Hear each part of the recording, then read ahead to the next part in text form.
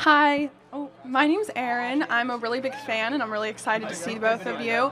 I'm a little stressed because I feel like I could ask about, gun violence. I could ask about anti-Semitism on campus. But I feel like with an opportunity like this, I would really appreciate some personal advice. I'm here at the University of Pittsburgh as a social work major, and I'm really passionate about it.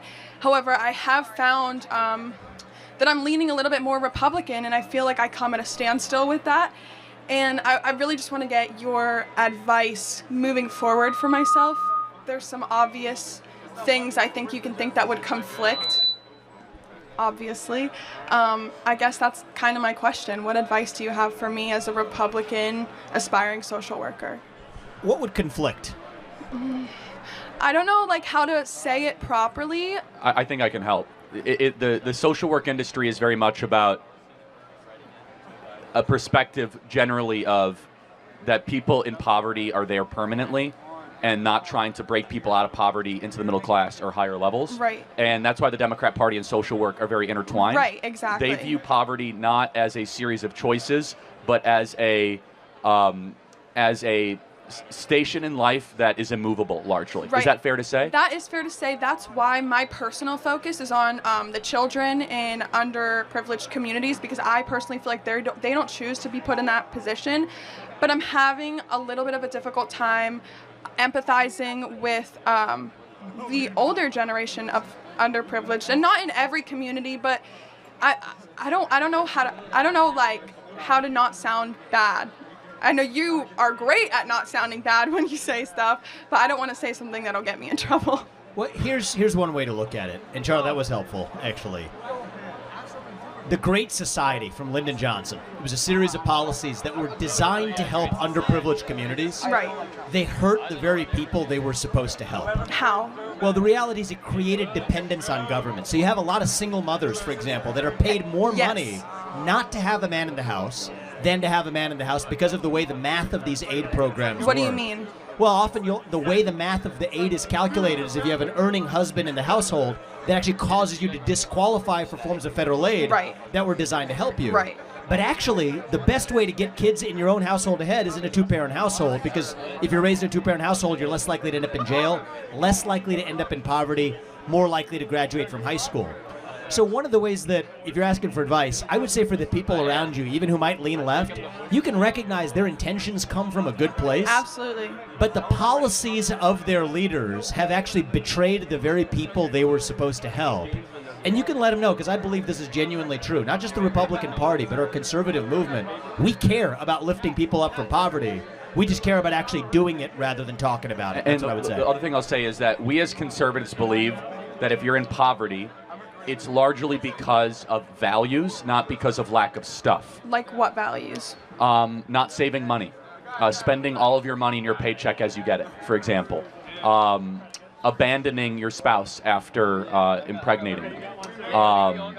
Not spending all of your money on alcohol and drugs and instead opening a 401k. So values are the number one predictor of entering the middle class. And there's a great book called Life at the Bottom, you should read it, by Theodore Dalrymple, who's a social worker in the United Kingdom. It's called Life at the Bottom, where he got into social work because he wanted to help people, and he realized it was not a lack of stuff. It wasn't lack of housing, lack of food stamps. It was that their value system was one that kept them poor. So yeah, really quick, then I want to get to the next question. I'm just struggling because in all of my social work classes right now, they're talking about all of those things. And they're wrong.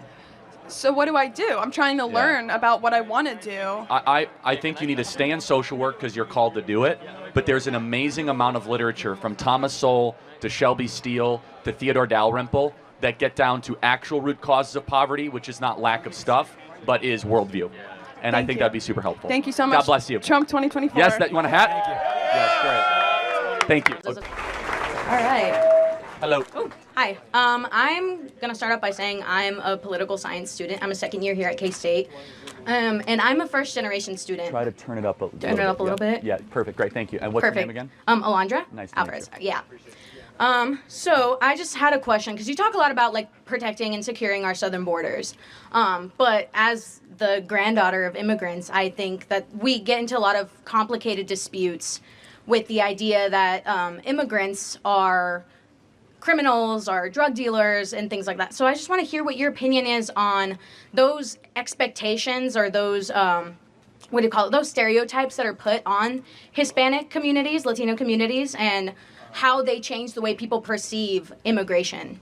Sure. So, thank you for the question. So you said you're the first generation Yes, student I am. or first generation American? I'm a first generation student. Cool, great. Second generation American? Did I hear that right? Or- Third generation Cool. American on my mom's side. Great. Second on my dad's. When your grandparents, then, is that right, came Yes. to this country, did they do so through the legal process that was in front of them? So my father got married to my mother, so he's a legal resident of the United States. She's been here her entire life. But did she enter legally? She did. She's Okay. she's born here. Yeah. Got it. My grandpa on my dad's side entered in illegally. Okay. So I'm not here to like insult your grandpa, right? But Yeah. yeah, but we must be very clear that the type of immigration that we support is when you follow our rules and you come on our terms, and that you do not break into a country uninvited and you try to cut. Can I add something to that? The reason why he left, and a lot of people in Mexico do, is because of the political state, especially in the 70s and 80s, when they decided to move.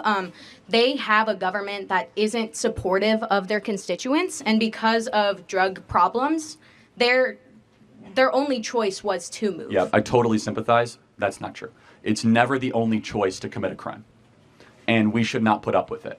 And so it is an insult to other immigrants from Vietnam and Laos and Pakistan that have to wait decades in line to morally equivalate people that come in and just break in. Oh, I have an unstable country. Like half of the world's countries are unstable. Yeah, but that's why we have the asylum seekers program. Which is heavily abused, and we're talking two different things. Asylum seekers and walking into the country illegally are similar but different things, right? And so we have millions of gotaways of people that we have no idea who they are. They're not declaring asylum. They just run across the border. Well, because they can't. The system doesn't allow other people from Mexico specifically to assign themselves. Who they are the last couple of years. So look, we just have to be very clear with this, is that if you come into the country uninvited, you have committed a crime and you are a criminal.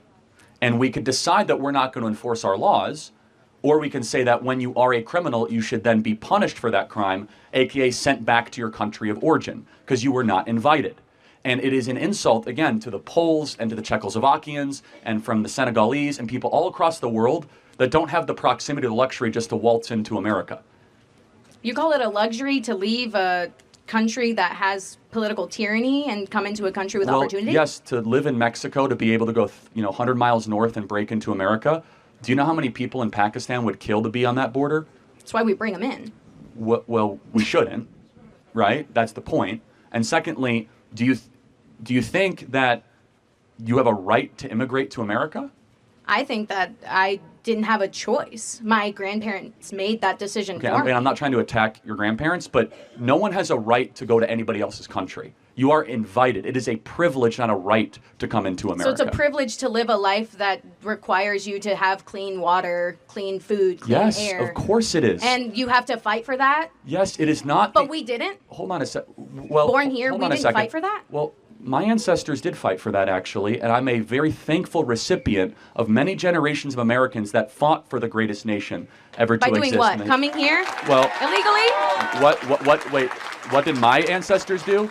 Came here illegally. They came over here in 1620, fought in the Revolutionary War, fought in the Civil War, fought in World War I. So because my grandpa fought in World didn't War come here in II. 1620, it gives him no right to have a good life? He can fill out paperwork and wait in line like the rest of the world. And then we can see whether or not it's in our best interest to allow him to come in. And so we have to weigh costs and benefits. I'm not saying we should have no immigrants, but immigration must be a net benefit for the American homeland and for the American citizen. We have brought in 10 million people in these last couple of years. We have now brought in 5% of the population of Haiti. Nobody is asking these questions. We're just saying, if you want to come in, you can come in. Do you see anything wrong with, taking in 5% of the population of Haiti? Not necessarily, no. If we have the land and the resources to house them, it shouldn't be that big deal to bring in immigrants. Really? Do you think that the American government should first have an obligation to citizens before foreigners? Okay, I think we have an answer obligation. the question. Yeah. Here's the thing. Yeah, we're obligated because we're citizens to have the rights that we have, but that doesn't mean we can't open up our borders that's not when the we question. have the Hold on a process to do second. so. You, being a younger American, and everyone in the audience, is the first generation in American history to have it be worse off than your parents. So the social, and you agree with that, social contract, poorer, more expensive. Yeah. So wouldn't it be rational for the American government to say, we're going to prioritize younger generation Americans that are American passport holders and citizens before those in another nation? I don't want to say anything that offends people, but I've already ahead. said it, right? I've already said Yeah. it. Whatever. I think that the way we're going about it is wrong. And that if we don't have a clear path to citizenship, we won't open up those opportunities for people to come and seek a good life. But I also think that, we are required to have those rights ourselves. Seeking a as good American life citizens. is fine. It's a nice added benefit. Our government does not exist to improve the life of foreign citizens. But we should be open to the idea of accepting that. Of course we are, if we have our own house in order. We are in chaos right now. We have the most depressed, suicidal, anxious generation in history. Our birth rate is collapsing. Kids can't afford homes. Yeah. You guys are drowning in debt. You have to compete for jobs against foreigners. Our country is a mess right now. And so when your country's a mess and your home is in disarray and bedlam, your own government should say, time out. I have a heart for the people of Haiti. I have a heart for the people of every country. But you're not coming here until this generation at least has it as good as their parents. But it's the stereotype that I'm given as a Mexican American to fulfill those standards that people have on immigration as well. I don't share that. I haven't said that here today. There's people from all over the world that enter the southern border now. There's 118 countries that come across the southern border. But I don't care if you enter illegally from Bulgaria or from Laos or from Mexico or from Nicaragua. Someone who does not have their paperwork when they come in is by definition breaking federal law. Yeah, and so then what should we do with someone who breaks with federal law? But does that mean that people, including their children, their grandchildren, including myself, have to live with the stereotype or the standard set upon me that I am a criminal, I am a drug dealer, I am a XYZ? Okay, so have I played into that stereotype? I've heard it many, many times, not from you specifically today. Okay, but then it's a little bit of a red herring, right? Because we're not even talking about it. I'm not... Well, my original question was, what do you think about it? What do I think about stereotypes? About the stereotype given to immigrants right now and children of immigrants and people of color here. Well, I can't talk about something I don't believe in. So, I mean, I don't want people to be stereotyped. No different than when you look at a young white man on campus, you think he's a rapist, right? Which is... No, I don't. Well, that's good. No, but that is a stereotype that is pushed sometimes. Like, oh, if you see a young man on campus, it's campus rape culture. Stereotyping is wrong. It should not occur. But we also must understand that the way that we constitute our immigration policy right now in this country is not in the benefit of the American citizen. And we're acting much more like a colony than a country. And where a country is where you have ties that bind you together, you have a shared history, hopefully a shared language, you have a shared culture, where a colony is you come from anywhere across the world and so be it. Yeah, but isn't that like the point of America? Diversity and inclusion and belonging. I'm so glad you brought that up. Where is that in the Constitution or the Declaration that diversity and inclusion, these are false ideals that are taught in school. They're, I guess, nice, but is diversity and inclusion really an American ideal?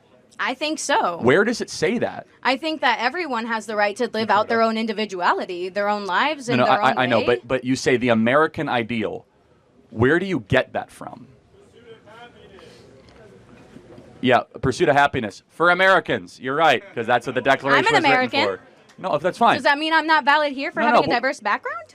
No, of course you are, but I'm saying that what? So can I not express that? Don't change the topic. You said we should be able to open up the country for people from all across the world. Yeah. Why do we believe that is a core belief? Because we want to help people. That's the point. We came here a long time ago. We established a country a long time ago, and we want to have other people come in, I think, to live in the luxury that we live in now. Last question. I knew you Are you okay with deporting every illegal person that's here? No. Why? Because there's some people here that are not represented well by the media. There's a lot of illegal immigrants here that are working their butts off for the life that they want. I don't care if they're working hard. But the point is, what should the punishment be for breaking into a country? Depends on the crime you commit after you break into it. Okay. No, that's it. I'm talking about just the crime is breaking in. What should the punishment be? I break into somebody's home. What should their punishment be?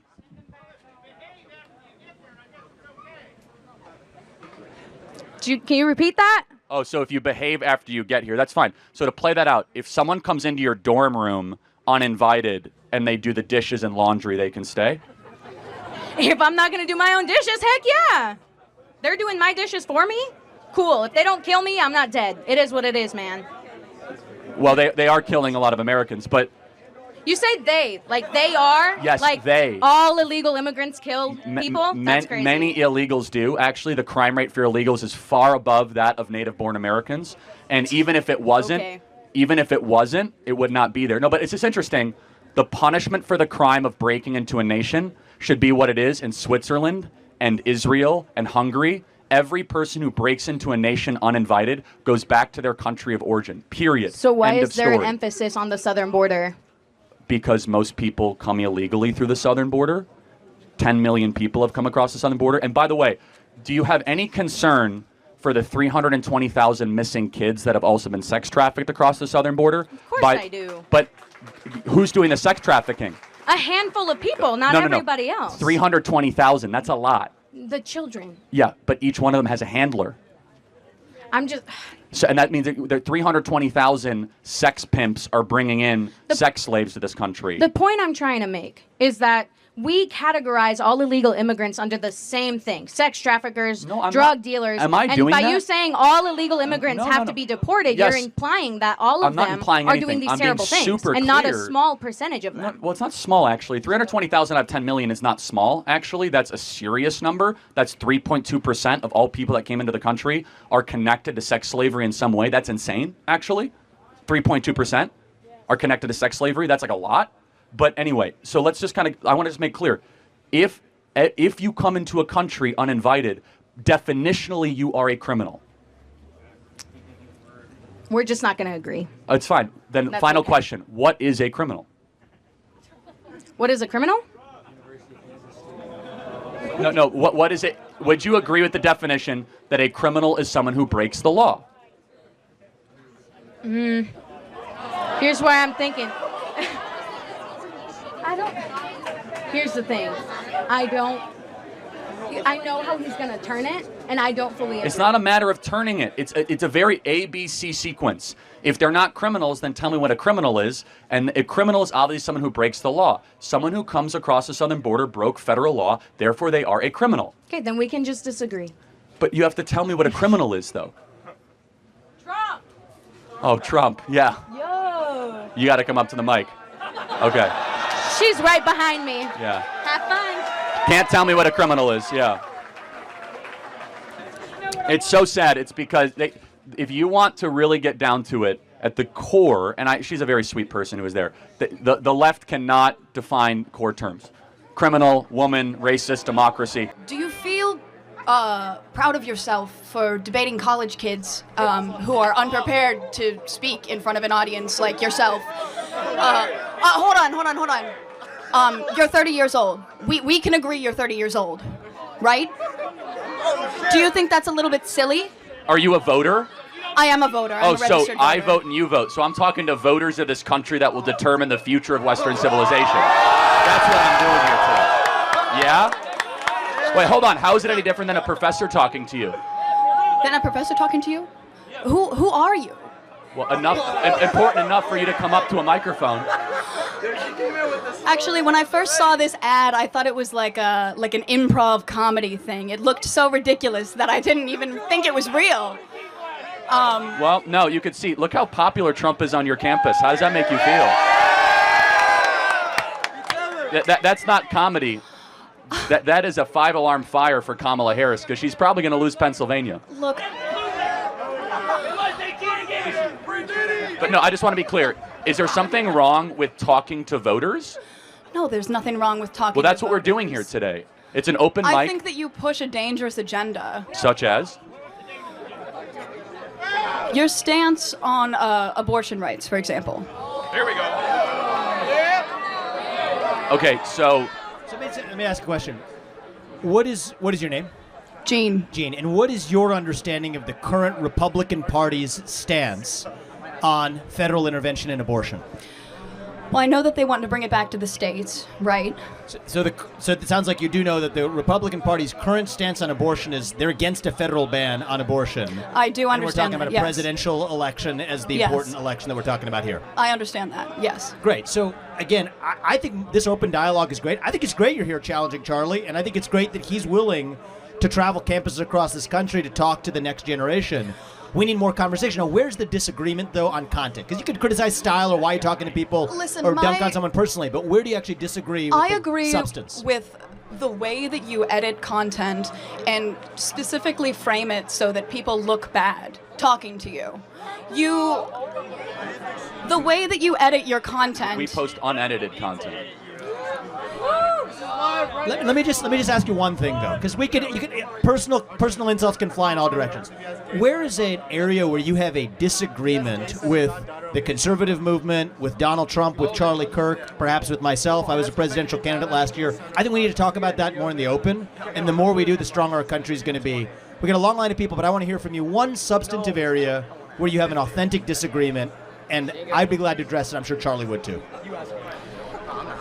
Just in anything. Relating to any political topic where you have a disagreement. Let's air it. Okay. I disagree with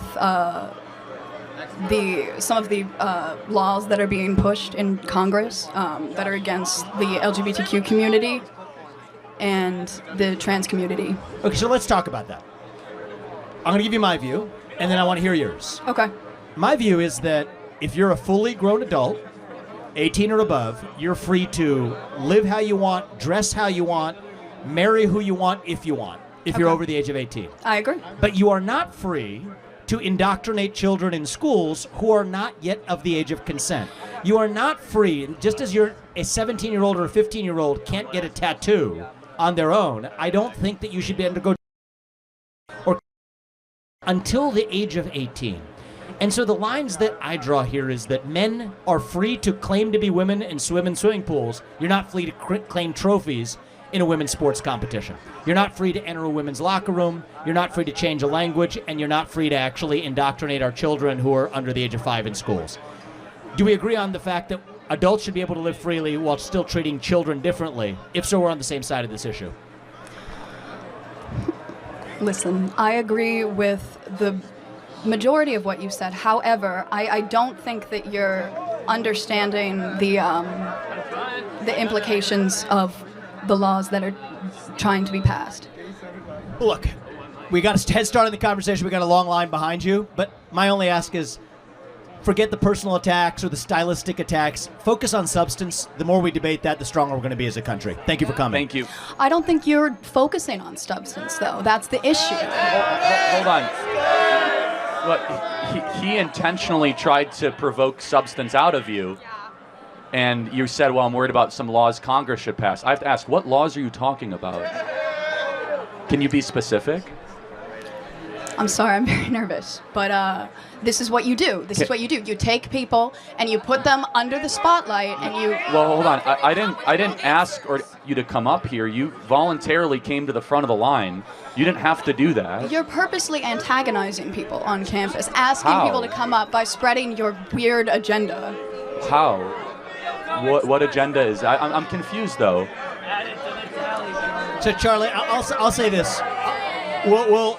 We'll end on this and we'll go to the next question. When I was 18, and I'm not going to blame you for this, I also took for granted a lot of the stuff that the media force-fed me, because that's what you know at the age of 18. You say there are some vague laws making their way through Congress that are hostile to trans community. I don't think those laws actually exist, but I don't blame you if that's what the cable media is feeding you.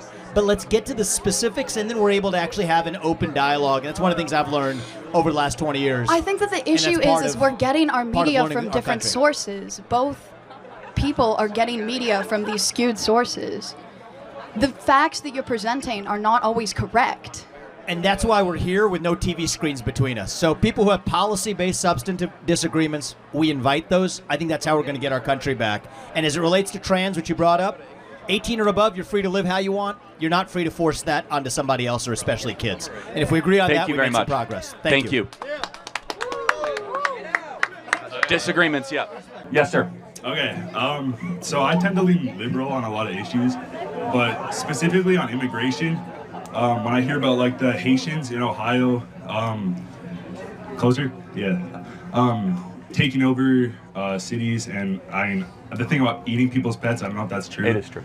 But I was wondering if you could speak a little bit on that specifically, and I'm kind of torn on the election, so if you could also speak on if we have more instances like that in the future if Kamala Harris gets voted. Yeah, it's a great. First of all, thank you for coming up to the mic, and I want to try to win you over as a liberal for Donald Trump. So you're going to give me a chance, okay? I will, sir. All right, okay. That is a true open mind. So I appreciate that. Number one, we have accepted 5% of the Haitian population in this country in the last couple of years. I have nothing against Haitians. I know some Haitians. We can all agree when you accept 5% of any country's population, in addition to all the other mass migration we have, it's too much, it's unsustainable, and a government must start from this core premise. It must have an obligation to fulfill a better life for its own citizens before it opens its border to non-citizens. It's a very, very basic, fundamental thing. And as I said earlier, everybody in this audience is seeing their future worse off than their parents for the first time since George Washington. That's a big deal. Usually, at least kids are as good, if not better, than their parents, and we have that broken. As far as Donald Trump goes, there are 3 things I want you to think about when voting for Trump. Number 1, home ownership. I imagine you want to own a home sometime in your life, right? Yes, sir. All right, in order to own a home, you would have to make $125,000 a year right now just to be able to get the mortgage. That doesn't count your medical expenses, your student debt expenses, your credit card expenses. When Trump was president, it was $75,000 a year. We were building millions of new homes, incomes were going up.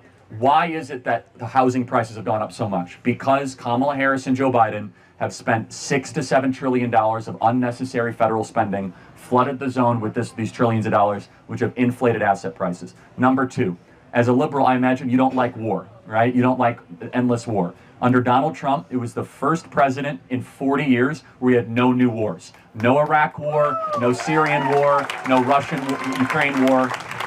Under Joe Biden and Kamala Harris, we have the Russian-Ukrainian war that we've spent $250 billion on. We have the terrible situation in Israel and Gaza. I'm very pro-Israel. We can all agree, though, not a good situation, right? Not favorable. It's just bad. A lot of human suffering, not good to witness. Under Donald Trump, none of that happened. In fact, he brought peace to the Middle East. We had the Abraham Accords, and we had a stable international circumstance. The final thing is the border. Under Donald Trump, the southern border was the most secure it was in American history, with border crossings at an all-time low. Under Kamala Harris, 10 million people have come across the southern border into this country. We have no idea who they are. They're coming into our communities. Crime is increasing. They're eating ducks and geese and cats in Springfield, Ohio. And that's just like a silly example. It's totally true, by the way. Why? Yeah, go ahead. Why? When I looked it up, because the reason I'm asking you is because there's a lot of misinformation. I feel like because when I first heard about your side of the story is what I heard, and then after that, I was hearing that there's no proof of that. So why is that? Well, there is proof. I mean, we have tons of video I could show you of residents saying that my cat was taken by a Haitian yesterday morning and was grilled on an open fire. They won't accept it as a police report in I know way too much about Springfield, Ohio police reports right now, but they won't accept it as a police report because it's an animal control problem. It's just, again, you have to just look at the residents. Either they're all lying and they're all in on it, or there's something to this. I'm not asking you to vote for Trump based on, cats being kidnapped and grilled and barbecued. I am saying, though, that it begs a question of, can we sustain 10 million people? I want you guys to understand how many 10 million people is. We have 10 million illegals that have come to the country, which is the population of New Jersey. Okay, that is an unsustainable amount. Under Donald Trump, we had the border secure and it will stay secure. So those 3 things. We had a great economy under Trump, and it was easier for you guys to own homes. We had no wars, and you guys are closer to World War III than ever before. You guys that are all, by the way, military age, I hope you don't get into World War III because you might be drafted under the current circumstance, and you guys might laugh. But think about who is endorsing Kamala Harris. Dick Cheney, Leon Panetta, Liz Cheney. These are the warmongers of 20 years ago that got us into these wars. So I am not fear-mongering here, guys. The people that got us into these failed wars, by the way, this is 9/11 today, and we remember what happened on 9/11, and then we remember our terrible reaction on 9/11 when we decided to invade Iraq and Afghanistan. Let us never do that again. Let us never invade sovereign countries. Amen. And I think you would sympathize with that. I agree. And this is why we're seeing Bobby Kennedy, Elon Musk, Tulsi Gabbard, people that are card-carrying Democrats, vote for Trump and voice support for Trump. Because what's happening at the Democrat Party is this very sinister combination. It's a party of censorship, it's a party of war, a party of open borders that is against actual traditional liberal values. I agree. So which way are you leaning? Can I get a hat? That's a good answer. I love it. Thanks, man. God bless. Thank you. Thank you. Hi, Charlie. You are right. I will. 1 sec. Yes, ma'am. Yeah, I just have a question kind of based on affirmative action. Yeah. I'm a computer engineer here at UW-Madison. I'm about to graduate. And there's a lot that I've found through research and just general, I guess, my studies. Not only does affirmative action like help, minorities, people of color, but also women in general. And there's a lot of facets of engineering, the medical system, and other factors that, because of affirmative action, have helped. I'll just go into something. For example, let's say like in the medical field, endometriosis, something like that has not been studied in women due to so little women being in the medical field. Also, for example, like cars, the seatbelt is made especially for the male body. They're only tested with male mannequins, so a lot of women are in risk of dying in car crashes at a higher rate. There's a lot of things that benefit from a diverse group of people, both in engineering and medical fields and education and other facets of the systems. And I was just wondering, without affirmative action, how do you think we can bring these people in to bring a variety of opinions? Yeah, no, I mean, views? just have a meritocracy, right? So you have 3 white men around you. You can see 1, 2, 3. So if one have a lot supports around me. affirmative, no, it's okay.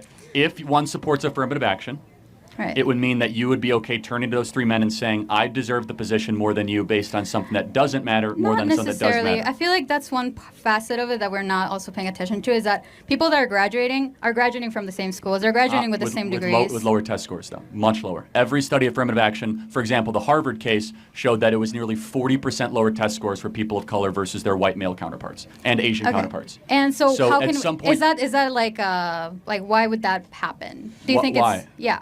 Why What would causes that? Do you think it's just because like Well, people of color are more like stupid? No, or, of like, course not. Right. I mean, people of color come from lower socioeconomic backgrounds that Exactly. don't prioritize education as So much. how do we But fix that's those not, socioeconomic statuses? Right, that's an interesting point. Not should we try to penalize white males that are competent to go run our systems and our institutions. So Right. those are 2 different things.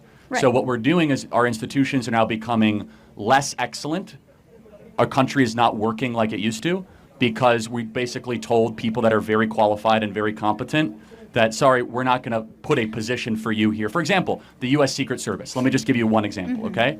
We can all agree that protecting a president, whether it's Donald Trump or Kamala Harris, is super important, right?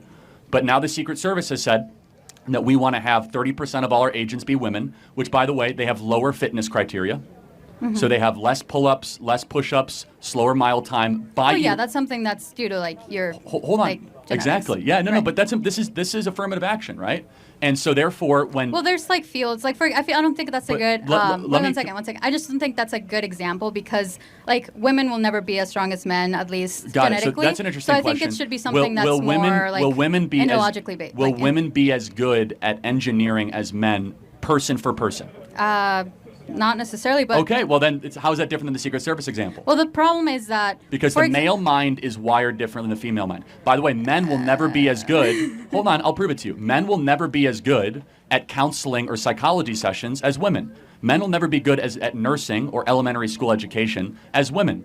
We have certain giftings because our brain is wired a certain way. Women are far better gifted at micro topics, so individual connection, empathetic type conversations, healing people that past trauma and wound. Men are much better at macro topics, right? Trying to build a building, put a skyscraper up, trying to talk geopolitics. And I'll prove it to you. When you go and you see 5 women eating lunch, they're probably talking about micro topics, conversations they had, relationships, friendships. Men, they're talking about politics, sports, or the stock market. that's not necessarily Oh true. yes, you guys all agree, right?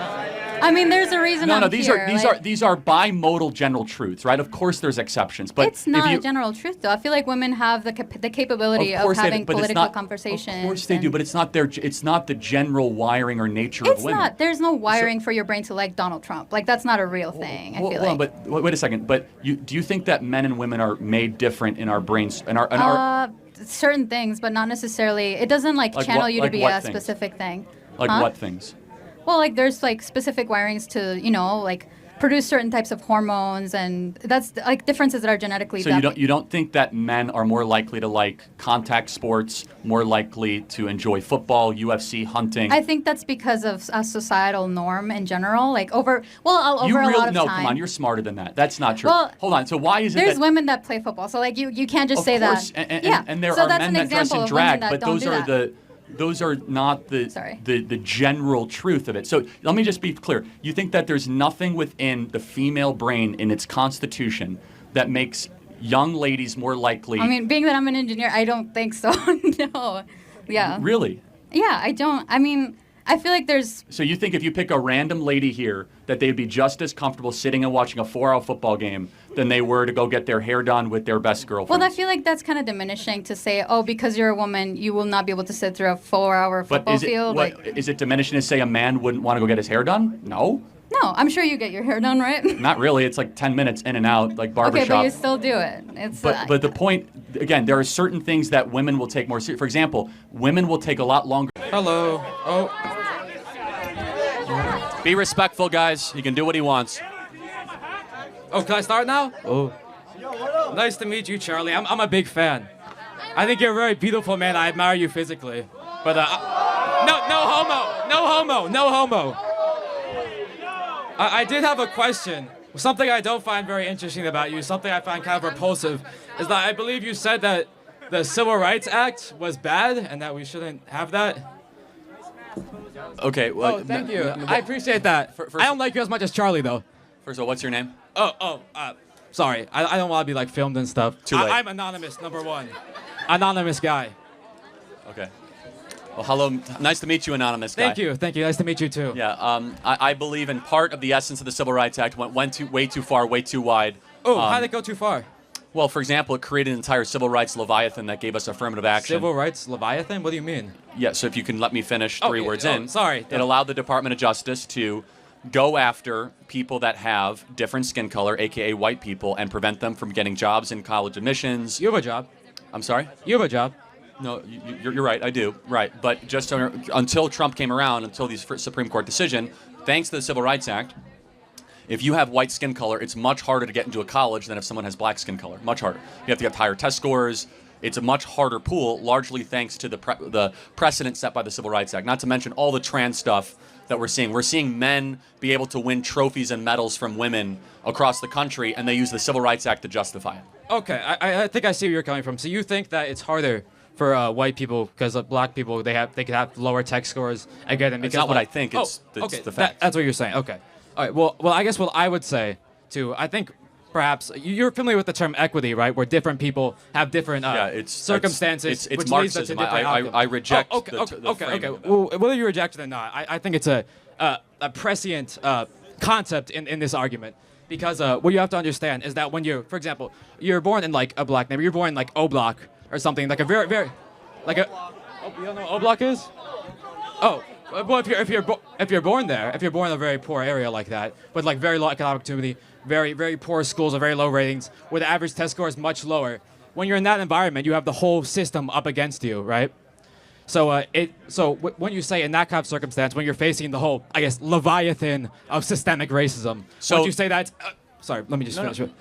When you say it's fair to, for example, lower the standard because knowing that their circumstances were like that, perhaps based on what they had, what was presented to them, they had the correct amount of merit to get into a school.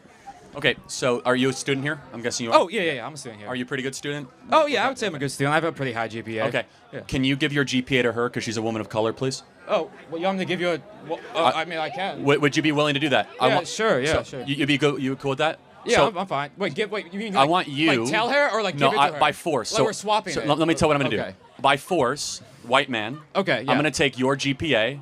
I'm going to give it to a woman of color. Okay. You're cool with that? I mean, yeah, I can just work back up. Like, there's no working back up. I can pull myself up by my bootstraps. No, there's no working back up. What do you mean you can't work back up? That's the whole point of conservatism, isn't it? I'm going to keep on taking it from you because that's equity. And you're cool with that. What? But that's not This is equity in practice. Equity isn't taking. Equity is applying the equal standard. If you give, how do you get? You must take, and then you give. Wait, what do you mean? That which is given must first be taken. Well, what's being taken? Well, in this case, grades from you to grades to her. No one's taking my grades though. That's not what affirmative action is. Well, hold on a second. No one takes your grades. Hold on a second. If you only have so many, you only have so many positions at University of South Florida to come in, right? There's a set number. Let's say it's 20,000 people, okay? And we're gonna say we're gonna lower the test standards so that somebody that's a woman of color can come in, and therefore it's harder for you. So it's a higher bar for you, lower bar for them. Definitionally, that's a redistribution of test scores to somebody else, just by the definition. And you're okay with that? Well, I guess I would ask then, if we were to do what you're doing, I guess that's what's happening under Trump, right? Well, no, it's actually been happening the last 40 years. Okay, actually, yeah, whatever. Okay, so when you say that, if you do that, then, well, black people aren't going to get into school, and then they won't be able to uplift themselves, they won't be able to have prosperous families, they won't be able to, equalize the economic status, because you need to give them a little jump start. You know what? You have a car, right? How is that? Well, no, now I know who you are. No, it's good. But no, how has that worked the last 40 years? We've had robust affirmative action. No. We've had hiring practices. Has it made black America more successful? I can answer that easily. It's because It's because sorry. What am I going for? I don't know. You're a funny guy. So what happened is, even after the Civil Rights Act, you know what I believe the term is massive resistance. It was a movement in after the Brown versus Board of Education in Virginia, where essentially the legislature, which was still white supremacist, which is still extremely racist, they decided that no, we're going to do everything that feasibly possible within our means to stop black people from going to white schools. You even see this in I believe it was the Little Rock Nine, right? Even after it was legalized at the state level, white supremacist mobs still mobilized to prevent it. So even if it de facto it's gone, de jure it still exists. Let me ask you a very simple question. A term you keep on throwing around. Got you. What is racism? What is racism? Ooh, that's a very complicated question. But no, it's not. I mean, there's a simple answer, and then there's the highly theoretical answer. Give me the simple. The simple answer will essentially be because we have like different skin colors, that he's treated a different way than me. He has like a different upbringing than me. No. But what is racism in practice? It's discrimination. Based on the color of the skin. Based on the color of the skin, yeah. Got it, thank you. So isn't it racist then to penalize white people to come into college or to get jobs based on the color of their skin? Well, no. Wouldn't that be racist? So you're arguing for a very racist policy, which is that we should actively discriminate against people based on the color of their skin, which is affirmative action and DEI in practice. I just disagree with the premise that you can do like anti-white racism because Wait, can you be racist against white people? No, bro, I'm a cracker, bro. What the f? No, you can't be racist towards white. Bro, there's so many crackers here, bro. There's your clip, bro. There's your clip.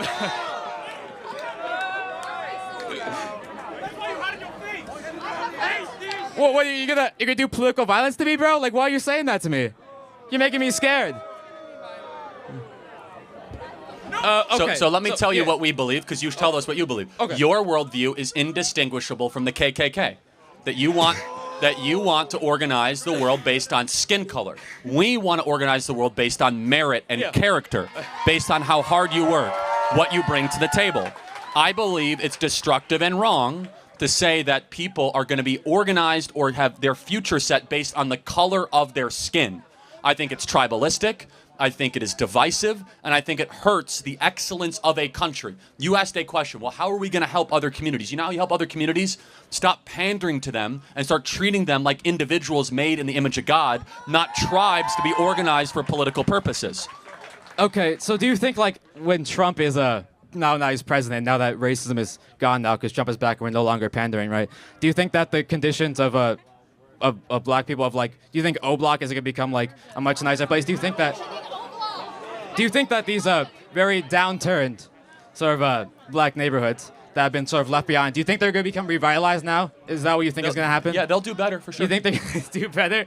Now that we've stopped helping them, they're going to do better. Well, see, that's an interesting thing. Because that seems like contradictory to me, just on basic logic. Well, actually, black Americans under Donald Trump in the first term saw the greatest economic renaissance that they saw since the 1950s. Do you don't think highest that's due to wage Obama, increases, lowest unemployment, revitalization, amazing investment in their communities, opportunity zones. But that's when we had affirmative action, so wouldn't that be bad? Well, again, we actually got rid of affirmative action now. But it's going to do even better. Now, but I'm talking about before. Those are unrelated things, though, just to be perfectly clear. They don't seem unrelated to me. Well, affirmative action policies addressing racism. They seem affirmative action is, again, So I'm sorry, I don't mean to interrupt you. No, you are. That's okay. I'm sorry. Affirmative action is largely federal government hiring practices and the adjacent institutions. I think that all communities will do even better when we stop living under the soft bigotry of low expectations. Inherent in your argument is that we have to pander to certain communities based on the color of their skin because they can't do as well as white people. I reject the premise. I think that we should try to say, I don't care about the color of your skin. I care about what you bring to the table. And stop pandering to people based on special criteria, points, and acceptance to college, saying that we're going to make it easier for one group and harder for another group. I don't think it's pandering, though. I think it's understanding. Okay, but let me. Understanding Do you the think that circumstances and working based on that? Do you think that we should have black-only dormitories in America? No. Why would I want that? Okay, well, there's hundreds of schools that have those actually. What do you mean black only? Like they're not. White people are not allowed in. No, at white all. people are not allowed. White people. Yeah, that's why I said white people are not allowed Correct. in. We have black-only graduation ceremonies across the country. Well, those are from well, I believe those are most likely like HBCUs, right? No, like the University of Michigan has one. Has an Yale all-black has dormitory? one. Harvard has one. So we're agreeing that that is wrong. That is the furthest extension of hyper race obsession. So you could choose one or the other. You can be race obsessed or merit obsessed. We as conservatives decide to be merit obsessed, to build a country based on how hard you work and what you're able to deliver.